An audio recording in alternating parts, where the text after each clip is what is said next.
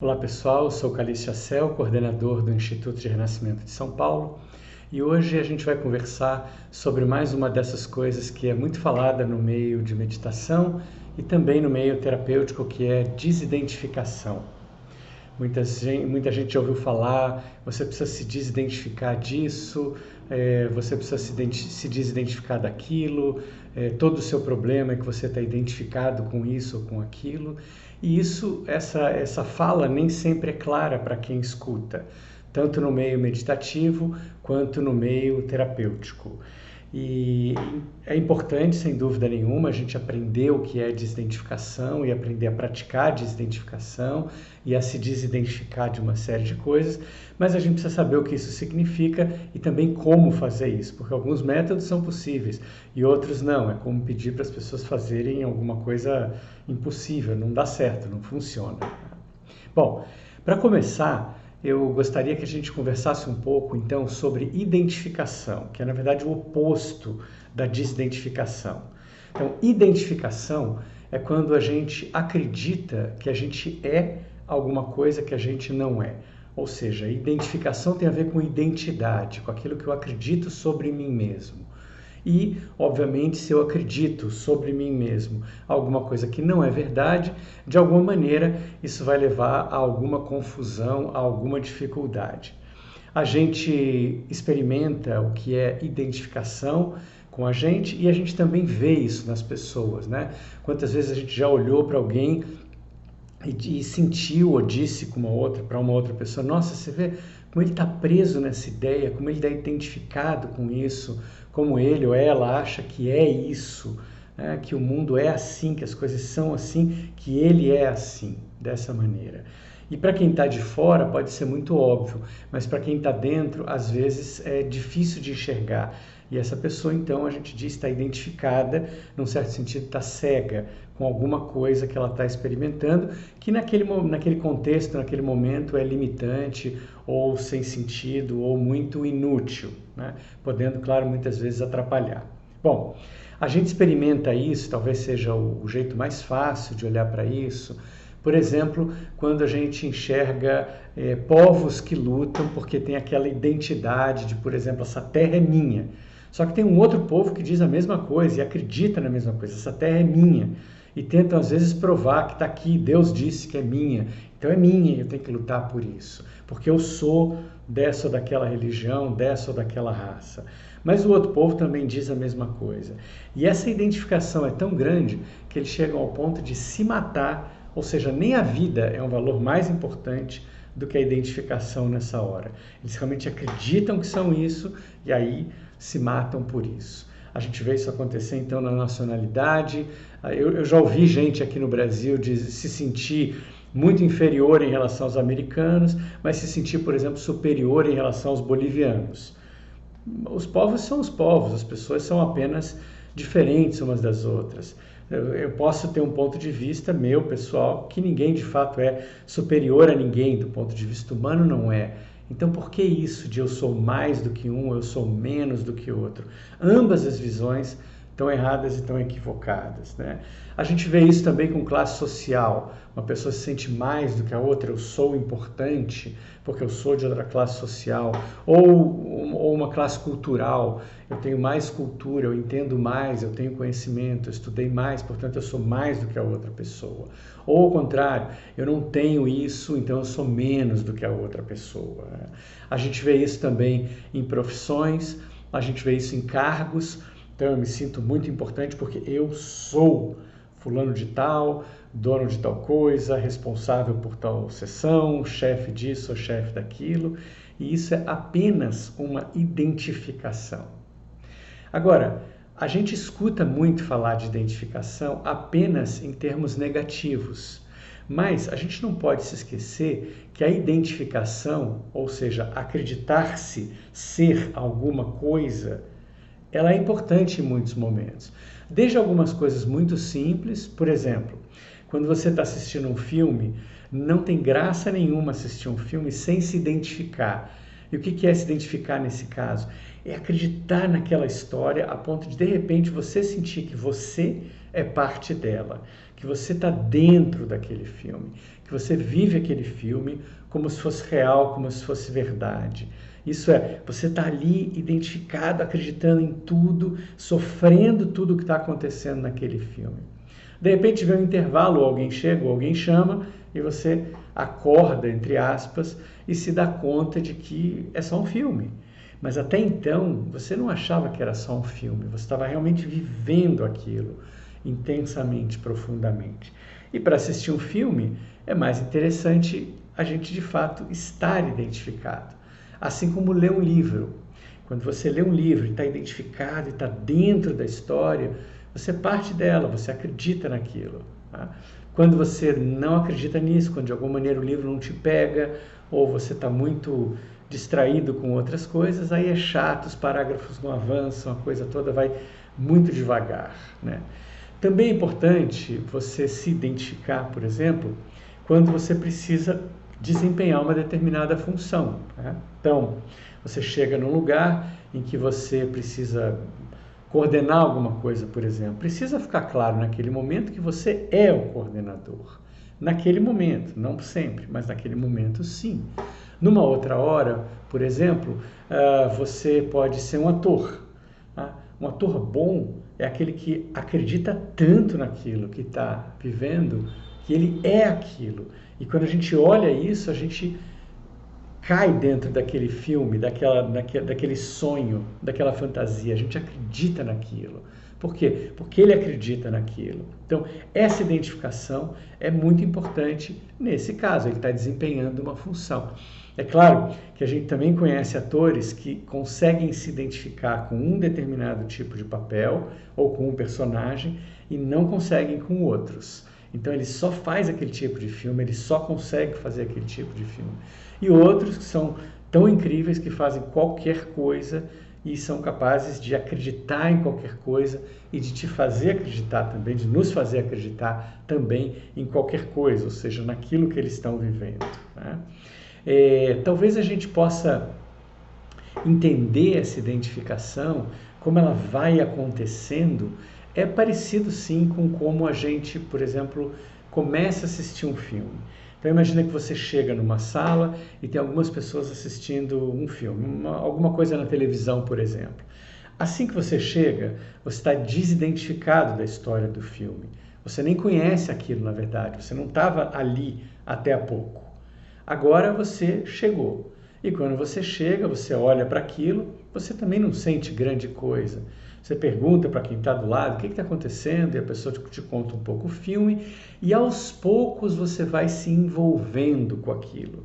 O que significa se envolvendo? Acreditando naquilo, de alguma maneira se sentindo que é parte do filme, que você está dentro dele, que tudo aquilo que você está experimentando é real. Nesse momento você está identificado. Até então você estava desidentificado. Então, de novo, para assistir um filme é interessante, é mais divertido estar identificado. Então, o problema, na verdade, não é a identificação. O problema é a identificação ser a única opção ou acontecer o tempo todo. Então, se eu sou, por exemplo, um terapeuta e eu estou sentado na sala agora atendendo uma determinada pessoa, eu preciso realmente me identificar com isso. Então aqui eu tenho um papel, eu preciso ajudar essa pessoa a experimentar momentos de clareza e de expansão. Eu tenho uma função, eu preciso vestir isso e acreditar nisso. Mas quando eu saio dali e vou para casa, ou vou encontrar os meus amigos num restaurante, por exemplo, se eu não consigo me identificar disso, é insuportável, porque eu vou ser ali também mais um terapeuta e não apenas um amigo, junto com outros amigos. Aí é chato, aí é difícil, é sofrido para as pessoas e é sofrido para mim, é ruim para todo mundo. Então o problema não é a identificação, o problema é não saber como também se desidentificar. O problema é congelar na identificação. E às vezes, como eu já disse, a gente faz isso em relação à nacionalidade, em relação à religião, em relação à nossa profissão, a algum cargo, a uma série de coisas. E às vezes a gente faz isso em relação a uma ideia que a gente tem da gente mesmo. Por exemplo, eu sou uma pessoa engraçada e me identifico com isso. acontece que isso vai gerar sofrimento, porque eu não sou isso o tempo todo. Ou eu sou uma pessoa simpática, ninguém é simpático o tempo todo. Ou eu sou uma pessoa correta, às vezes a gente não é. Então, uma identificação, alguma coisa a qual eu esteja preso o tempo inteiro, uma ideia de mim mesmo, rígida, constante, vai claramente trazer sofrimento, porque ninguém é isso o tempo todo. Ela não pode ser útil, ela não vai conseguir ser útil o tempo inteiro se ela de alguma maneira não for flexível. Tá? Uma outra analogia curiosa, interessante em relação a isso, é quando a gente pensa, por exemplo, nos sonhos. Né? Nos sonhos, a gente está ali dormindo e a gente, pelo menos naquele momento, acredita que aquela é a nossa única realidade. Então eu estou, por exemplo, num sonho, correndo de um cachorro bravo, fugindo de um cachorro bravo, eu estou apavorado, porque a minha vida está em jogo. Eu naquele momento, eu não sei que aquilo é um sonho. Eu estou acreditando 100% naquela história e no que eu sou naquela história. Significa que se aquele cachorro me pegar, eu vou realmente me machucar, eu vou morrer, eu vou sofrer. Então eu faço de tudo para escapar desse cachorro. Ou eu estou caindo de algum lugar, eu me agarro desesperadamente àquilo. Eu não sei que eu estou apenas deitado numa cama confortável e sonhando aquilo tudo. Eu acredito que aquilo é a minha vida, a minha verdade, a única que existe. Porque naquele momento é a única que existe. Mas, se você perceber, o que acontece... Eu não sei se você já viveu de começar a acordar, já sabe que é um sonho, mas ainda continua vivendo o sonho. Se você já viveu isso, você sabe que naquele momento a gente deixa qualquer coisa acontecer, porque a gente já sabe que aquilo é um sonho.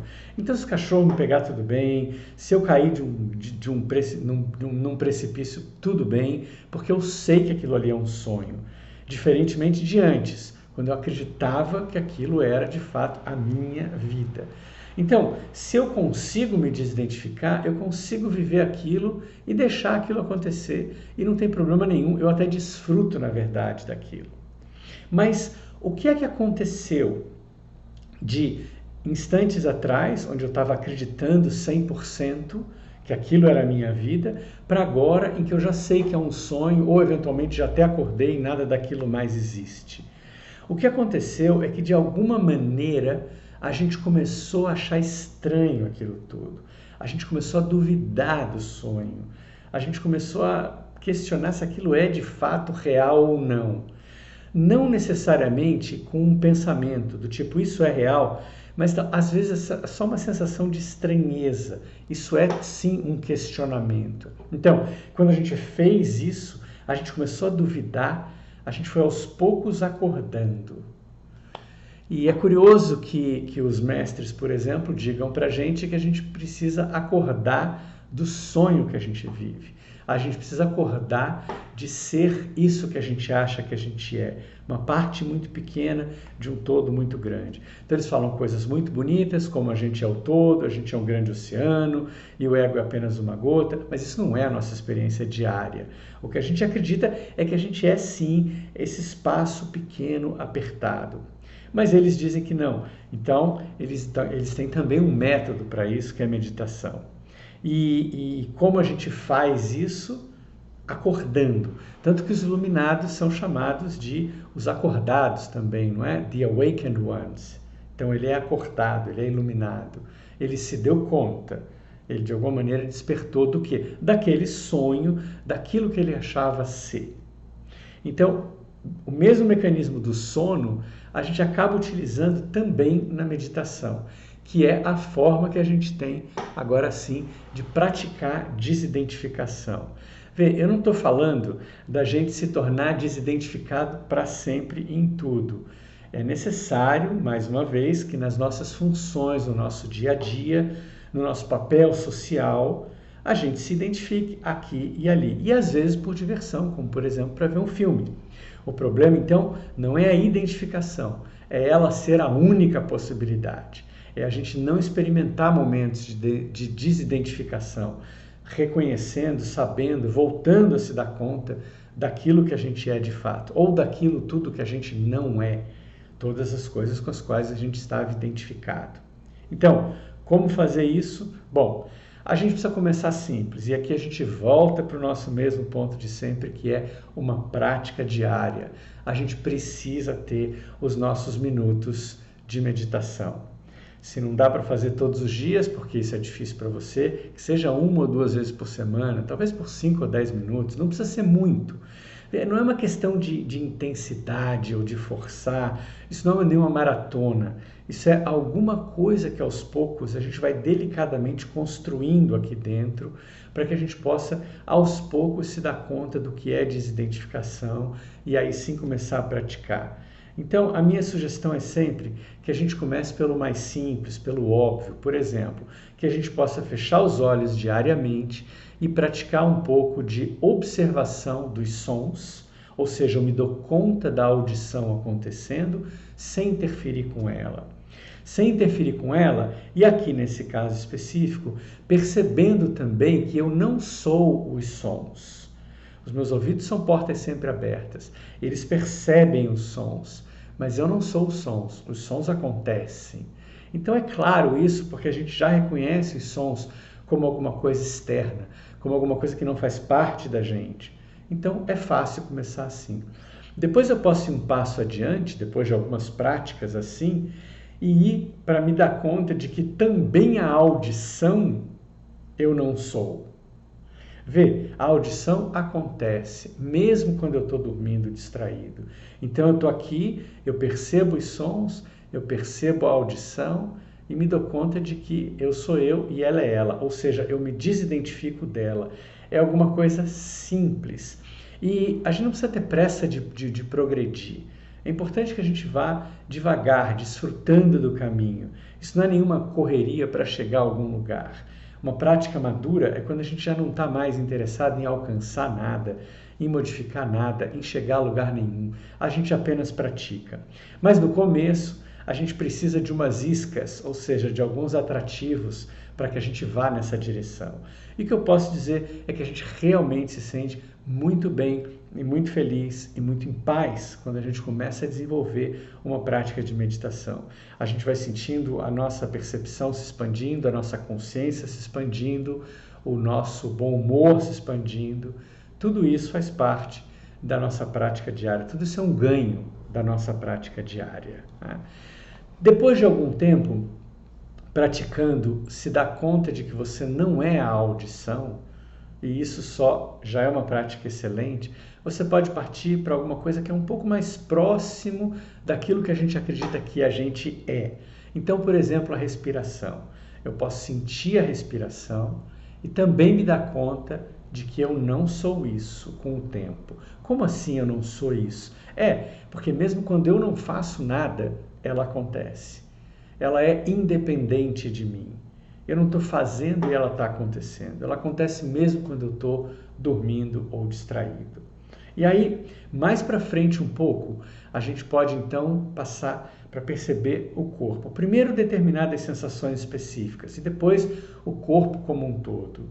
E se dar conta também de que eu não sou isso. Mas vê, não é ficar se repetindo e se condicionando, eu não sou isso, eu não sou isso. Não é isso. Aqui, quieto, a gente se dá conta dessa distância que existe entre os sons e eu, entre a audição e eu, entre a respiração e eu, entre o corpo em si e eu. Se eu perdesse uma parte do meu corpo, eu continuaria sendo eu. E depois disso, mais para frente, a gente pode então ir para a nossa mente. Nossa mente são pensamentos, imagens, falas internas, um tráfego mental que a gente costuma associar com eu. Isso porque a maior parte das frases que a gente diz internamente, e muitas vezes externamente também, começam com a palavrinha eu. A gente não tem muita noção do que seja eu. A gente tem uma ideia que a gente cria, que a gente inventa, do que seja esse eu. Eu sou isso, sou um cara legal, sou competente ou incompetente, sou introvertido ou extrovertido, seja o que for. Isso é uma parte da nossa percepção. Isso não é toda a nossa percepção.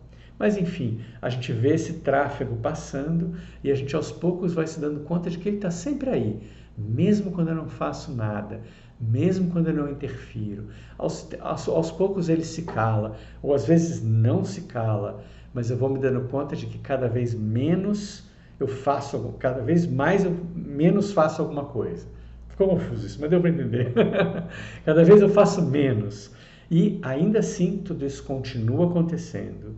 Ou seja, eu não estou interferindo, isso tem uma vida própria. Então isso também não é eu. Não estou errando o português. Isso não é eu. Estou apenas observando. Eu não sou isso. E depois de um tempo, a gente vai começar a perceber isso que a gente chama de... É mais do que emoções, são humores, são estados mais, sentimentos mais sutis, que às vezes a gente identifica com eu bem lá no fundo. Não, também não. Isso também são coisas que acontecem, isso também eu não sou. Bom, isso é um caminho, isso é uma coisa que pode levar algumas semanas para você começar a se dar conta. Talvez alguns dias só, talvez alguns anos também, mas ainda assim a prática é interessante. Se a gente pode ir um pouco na direção de não forçar a barra com a gente mesmo e encarar tudo isso não como alguma coisa que eu tenha que fazer, mas sim como um processo interessante, curioso e às vezes até divertido, de contato com a gente mesmo, de descanso com a gente mesmo, a experiência é muito rica. Depois de um tempo, você vai perceber que você está sentado, meditando, tendo seu tempo com você, não mais para isso ou para aquilo, nem mesmo para se sentir bem, apenas porque você faz, apenas porque virou a sua rotina. Claro, isso traz inúmeros benefícios para a nossa vida, mas não é mais por causa disso que a gente faz. Essa é uma prática madura. Mas não importa, onde quer que você esteja, a gente sempre conta aquilo que a gente está experimentando. Se você é uma pessoa que tem muita experiência, então você vai estar trabalhando com um detalhe muito avançado, a gente poderia chamar assim. Se você é uma pessoa que está começando agora, você está lá sentado, apenas percebendo os sons e percebendo a audição. É imenso o ganho que você tem daí também. Então não importa onde você esteja nesse caminho de compreensão do que é identificação, desidentificação daquilo que a gente é, não importa. O que importa é que a gente esteja em movimento. Agradeço imensamente a sua atenção, o seu interesse e até a próxima. Obrigado.